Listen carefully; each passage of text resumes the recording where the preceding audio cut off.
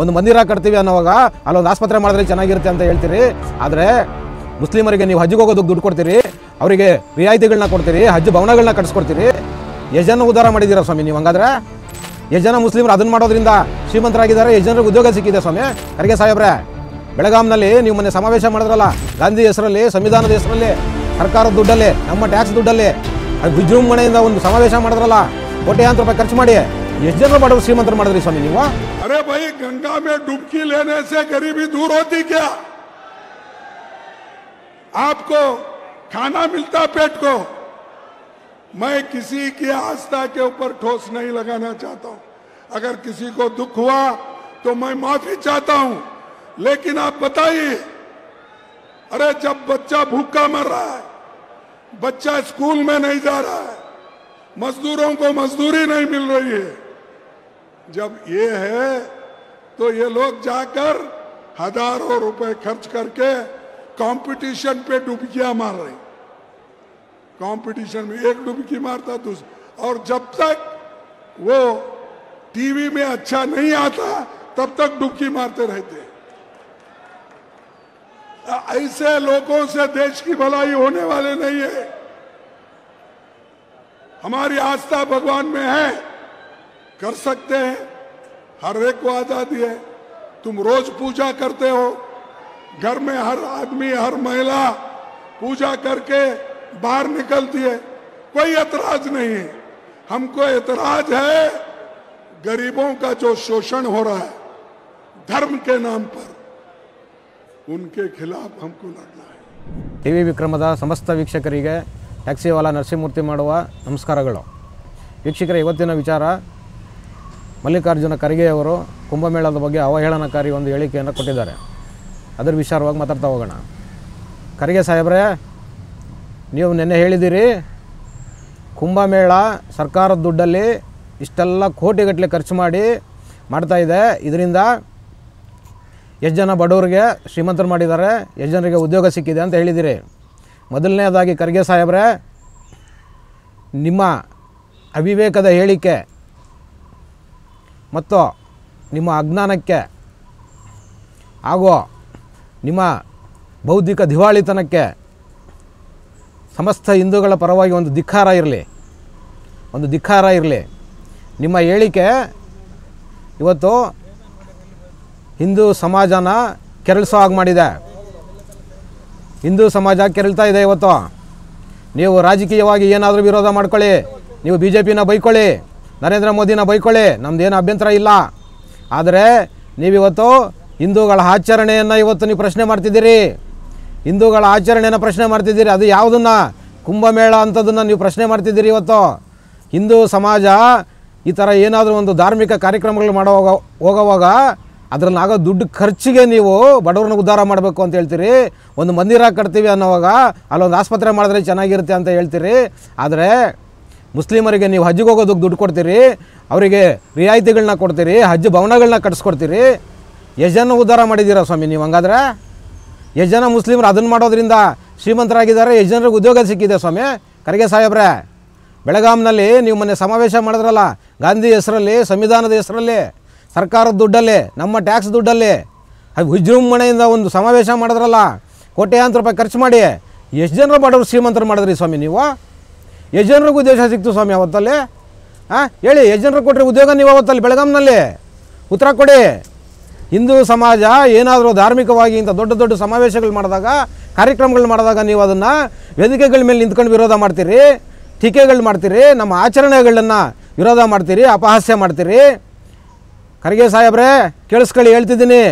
ಈ ಹಿಂದೂ ಸಮಾಜ ಕಲ್ಲು, ಮಣ್ಣು, ಜಲಪಾತ, ಗಿಡ, ಮರ, ಪ್ರಾಣಿ, ಪಕ್ಷಿ ಎಲ್ಲದರಲ್ಲೂ ದೈವವನ್ನು ಕಾಣುತ್ತೆ, ದೈವತ್ವವನ್ನು ಕಾಣುತ್ತೆ. ಇದು ಹಿಂದೂ ಸಮಾಜದ ಪರಂಪರೆ. ಇದನ್ನು ಟೀಕೆ ಮಾಡೋದಕ್ಕೆ ನಿಮಗೇನು ರೀ ಹಕ್ಕಿದೆ? ನಿಮಗೆ ಯಾರು ನಿಮಗೆಲ್ಲ ಇದನ್ನೆಲ್ಲ ಟೀಕೆ ಮಾಡೋದಕ್ಕೆ ನಿಮ್ಗೆ ಯಾರು ಕೊಟ್ಟಿದ್ದು ಹಕ್ಕನ್ನು? ತಪ್ಪು ಮಾಡ್ತಾಯಿದ್ದೀರಿ ನೀವು ಒಂದು ಹಿಂದೂ ಆಗಿ ನಿಮಗೆ ಹಿಂದೂಗಳ ಸಂಪ್ರದಾಯ, ಆಚರಣೆ, ವಿಚಾರ, ಪೂಜಾ ಪದ್ಧತಿಗಳ ಬಗ್ಗೆ ನಿಮಗೆ ಆಸಕ್ತಿ ಇಲ್ಲ, ನಂಬಿಕೆ ಇಲ್ಲ ಅಂದರೆ ದಯವಿಟ್ಟು ಬಾಯಿ ಮುಚ್ಕೊಂಡಿರಿ. ನೀವು ಅದನ್ನು ಮಾತಾಡಬೇಡಿ ವೇದಿಕೆಗಳಲ್ಲಿ. ಕೋಟ್ಯಾಂತರ ಹಿಂದೂ ನಾಗರಿಕರು, ಹಿಂದೂ ಸಮಾಜ ಇಲ್ಲಿನ ಆಚರಣೆಗಳನ್ನ ಆಚರಣೆ ಮಾಡ್ತಿದೆ. ನೀವು ಅದನ್ನು ವಿರೋಧ ಮಾಡೋಕ್ಕೆ ನಿಮ್ಗೆ ಯಾರು ಕೊಟ್ಟರೆ ಹಕ್ಕು? ನೀವು ಬರೀ ವಿರೋಧ ಮಾಡ್ತಿಲ್ಲ, ಹಿಂದೂಗಳ ಭಕ್ತಿನ ನೀವು ಪ್ರಶ್ನೆ ಮಾಡ್ತಿದ್ದೀರಿ, ಹಿಂದೂಗಳ ನಂಬಿಕೆನ ಪ್ರಶ್ನೆ ಮಾಡ್ತಿದ್ದೀರಿ. ಹಿಂದೂ ಸಮಾಜ ಕಣ್ಮುಚ್ಕೊಂಡು ಕೂತಿದೆ ಅಂತ ಯೋಚನೆ ಮಾಡಬೇಡಿ ಖರ್ಗೆ ಸಾಹೇಬ್ರೆ. ಹಿಂದೂ ಸಮಾಜ ಗಟ್ಟಿಯಾಗಿದೆ, ಹಿಂದೂ ಸಮಾಜ ಒಗ್ಗೂಡ್ತಿದೆ, ನಿಮ್ಮ ಹೊಟ್ಟೆಲಿ ಬೆಂಕಿ ಬೀಳ್ತಿದೆ.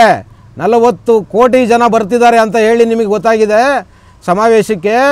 ಅದರಿಂದ ನೀವಿವತ್ತು ಕಂಗಾಲಾಗ್ಬಿಟ್ಟು ಸಾರ್ವಜನಿಕ ವೇದಿಕೆಗಳಲ್ಲಿ ಕುಂಭಮೇಳನ ಟೀಕೆ ಮಾಡ್ತಿದ್ದೀರಾ.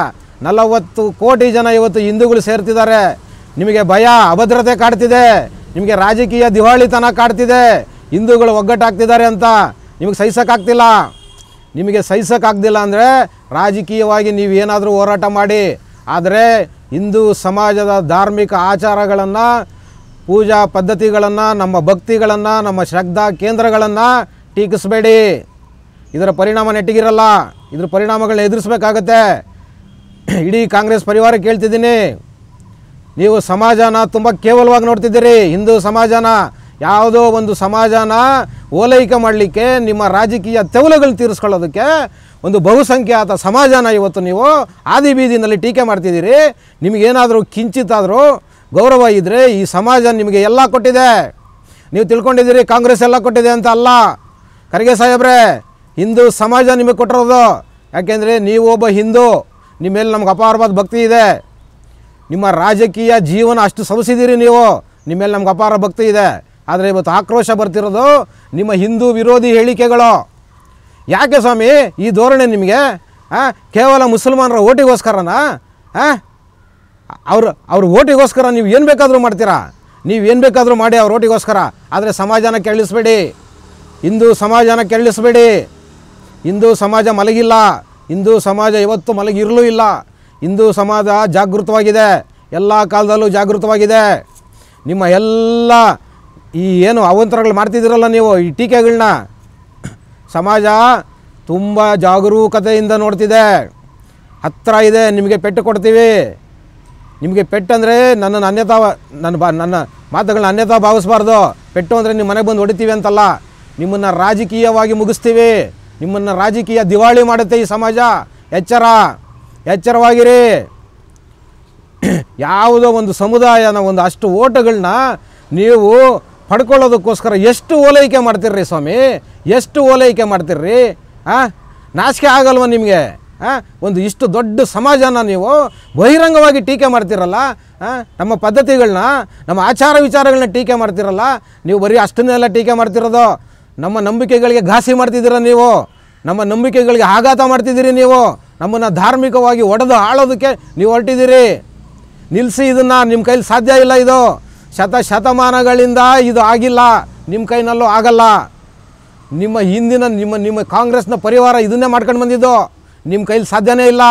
ಜನ ಜಾಗೃತರಾಗಿದ್ದಾರೆ, ಜನ ವಿದ್ಯಾವಂತರಾಗ್ತಿದ್ದಾರೆ. ಈಗ ನಿಮ್ಮ ಯಾವ ಸುಳ್ಳುಗಳನ್ನೂ ಕೇಳಲ್ಲ. ಇವತ್ತು ನಿಮಗೆ ನಡಕ ಶುರುವಾಗಿದೆ. ಕುಂಭಮೇಳದಲ್ಲಿ ಜನಸಾಗರ ಬರ್ತಿದೆ, ಕುಂಭಮೇಳದಲ್ಲಿ ಜನಸಾಗರ ಬರ್ತಿದೆ. ಅದಕ್ಕೋಸ್ಕರ ನಿಮಗೆ ನಡಕ ಶುರುವಾಗಿದೆ.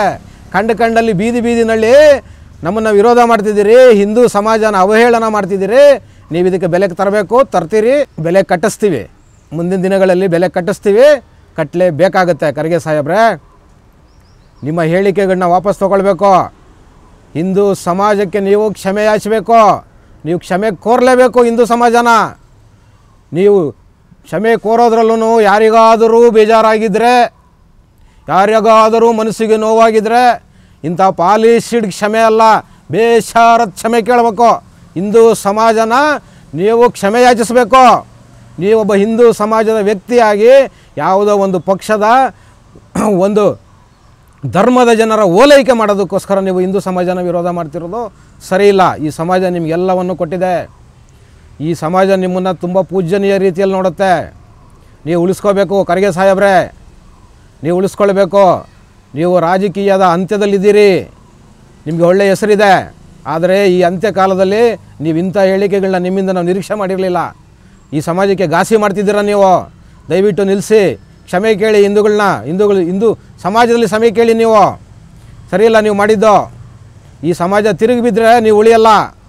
ಖಂಡಿತ ಉಳಿಯಲ್ಲ ಕಾಂಗ್ರೆಸ್ ಈ ದೇಶದಲ್ಲಿ. ಅದಾಗಲೇ ಶುರುವಾಗಿದೆ. ಅದಕ್ಕೋಸ್ಕರ ಹೇಳ್ತಾ ಇದ್ದೀನಿ, ನೀವು ಕ್ಷಮೆ ಕೇಳಬೇಕು. ಖರ್ಗೆ ಸಾಹೇಬ್ರೆ ನೋಡಿ, ಇವತ್ತು ಕೋಟ್ಯಾಂತರ ಜನ ಕುಂಭಮೇಳಕ್ಕೆ ಹೋಗ್ತಿದ್ದಾರೆ. ಯಾಕೆ? ಶೋಕಿಗಲ್ಲ ಸ್ವಾಮಿ, ಶೋಕಿಗಲ್ಲ. ನಮ್ಮ ಹಿಂದೂ ಪರಂಪರೆಯಲ್ಲಿ ನಮಗೆ ಒಂದು ನಂಬಿಕೆ ಇದೆ ಹಿಂದೂಗಳಲ್ಲಿ. ಅಲ್ಲಿನ ಪುಣ್ಯ ಜಾಗಕ್ಕೆ ಹೋಗಿ ಗಂಗಾ ನದಿನಲ್ಲಿ ಸ್ನಾನ ಮಾಡಿದ್ರೆ ನಮಗೆ ಒಂದು ಪುಣ್ಯ ಪ್ರಾಪ್ತಿ ಆಗುತ್ತೆ ಅನ್ನೋ ಕಾರಣಕ್ಕೋಸ್ಕರ ಜನ ಅಲ್ಲಿ ಹೋಗ್ತಿದ್ದಾರೆ. ನಿಮಗೆ ಇದರಿಂದ ಭಯ ಆಗಿದೆ ನಿಜ, ನೀವು ಭಯ ಪಡೋ ಅಗತ್ಯ ಇಲ್ಲ. ಆದರೆ ಇಂಥ ಹೇಳಿಕೆಗಳನ್ನ ನಿಲ್ಲಿಸಿ. ಹಿಂದೂ ಸಮಾಜ ಒಟ್ಟಾಗ್ತಿದೆ, ಅದರಲ್ಲೇನು ಅನುಮಾನನೇ ಬೇಡ. ಇದನ್ನು ಅರ್ಥ ಮಾಡ್ಕೊಳ್ಳಿ. ಮತ್ತೆ ಹೇಳ್ತಿದ್ದೀನಿ, ನಿಮ್ಮ ಅಸಹಾಯಕತೆಗೆ, ನಿಮ್ಮ ಅಜ್ಞಾನಕ್ಕೆ ಹಿಂದೂ ಸಮಾಜದ ಪರವಾಗಿ ನನ್ನ ಧಿಕ್ಕಾರವಿದೆ, ಧಿಕ್ಕಾರವಿರಲಿ. ಮತ್ತು ಇನ್ನೊಂದು ಮಾತು ಖರ್ಗೆ ಸಾಹೇಬ್ರೆ, ನಿಮಗೇನಾದರೂ ತಾಕತ್ತು ಅನ್ನೋದಿದ್ದರೆ, ಬೇರೆ ಮತಗಳಿದೆಯಲ್ಲ ಈ ದೇಶದಲ್ಲಿ, ನೀವು ಬಾಲ ಹಿಡ್ಕೊಂಡು ಹೋಗ್ತಿದ್ದೀರಲ್ಲ ಬೂಟ್ನ ಹಾಕ್ಕೊಂಡು, ಅವ್ರ ಬಗ್ಗೆ ಏನಾದರೂ ಮಾತಾಡಿ ನೋಡೋಣ. ಇಂಥ ಹೇಳಿಕೆಗಳನ್ನ ಕೊಡಿ ನಿಮಗೆ ತಾಕತ್ತಿದ್ರೆ. ನಿಮ್ಮ ಇಟಲಿ ಮಾತೆ ಬಗ್ಗೆ ಆಗಲಿ ಅಥವಾ ಅವರ ಮಗನ ಬಗ್ಗೆ ಆಗಲಿ ಇಂಥ ಹೇಳಿಕೆಗಳನ್ನ ಕೊಡಿ ನೋಡೋಣ. ಕೊಡಲ್ಲ ನೀವು, ಯಾಕೆಂದರೆ ನಿಮಗೆ ತಾಕತ್ತಿಲ್ಲ. ಹಿಂದೂ ಸಮಾಜ ಸುಮ್ಮನೆ ಇದೆ ಅಂತ ಹೇಳಿ ನೀವು ಈ ಥರ ಎಲ್ಲ ಮಾತಾಡ್ತಿದ್ದೀರಿ. ಹಿಂದೂ ಸಮಾಜ ಮಲಗಿಲ್ಲ ಸ್ವಾಮಿ, ಹಿಂದೂ ಸಮಾಜ ಜಾಗೃತವಾಗಿದೆ. ಎಚ್ಚರಿಕೆ ಇರಲಿ. ಮತ್ತೊಮ್ಮೆ ಹೇಳ್ತಿದ್ದೀನಿ, ಹಿಂದೂ ಸಮಾಜಕ್ಕೆ ನೀವು ಕ್ಷಮೆ ಕೇಳಬೇಕು. ವೀಕ್ಷಕರೇ, ಇದಾಗಿತ್ತು ಇವತ್ತಿನ ಟ್ಯಾಕ್ಸಿವಾಲಾ ಕಾರ್ಯಕ್ರಮ. ಶೇರ್ ಮಾಡಿ, ಸಬ್ಸ್ಕ್ರೈಬ್ ಮಾಡಿ, ಕಾಮೆಂಟ್ ಮಾಡಿ. ನಮ್ಮನ್ನು ಹೀಗೆ ಹೆಚ್ಚೆಚ್ಚು ಪ್ರೋತ್ಸಾಹಿಸ್ತಾ ಇರಿ. ಟಿವಿ ವಿಕ್ರಮ, ದೇಶ ನಿಮ್ಮ ಕೈಯಲ್ಲಿ. ಈ ಕಾರ್ಯಕ್ರಮ ನಿಮಗೆ ಇಷ್ಟ ಆಗಿದ್ದಲ್ಲಿ ಲೈಕ್, ಶೇರ್ ಹಾಗೂ ಕಮೆಂಟ್ ಮಾಡಿ. ಟಿವಿ ವಿಕ್ರಮದ ಕಾರ್ಯಕ್ರಮಗಳನ್ನು ನಿರಂತರವಾಗಿ ವೀಕ್ಷಿಸಲು ಸಬ್ಸ್ಕ್ರೈಬ್ ಮಾಡಿ, ಬೆಲ್ ಐಕನ್ ಒತ್ತಿ.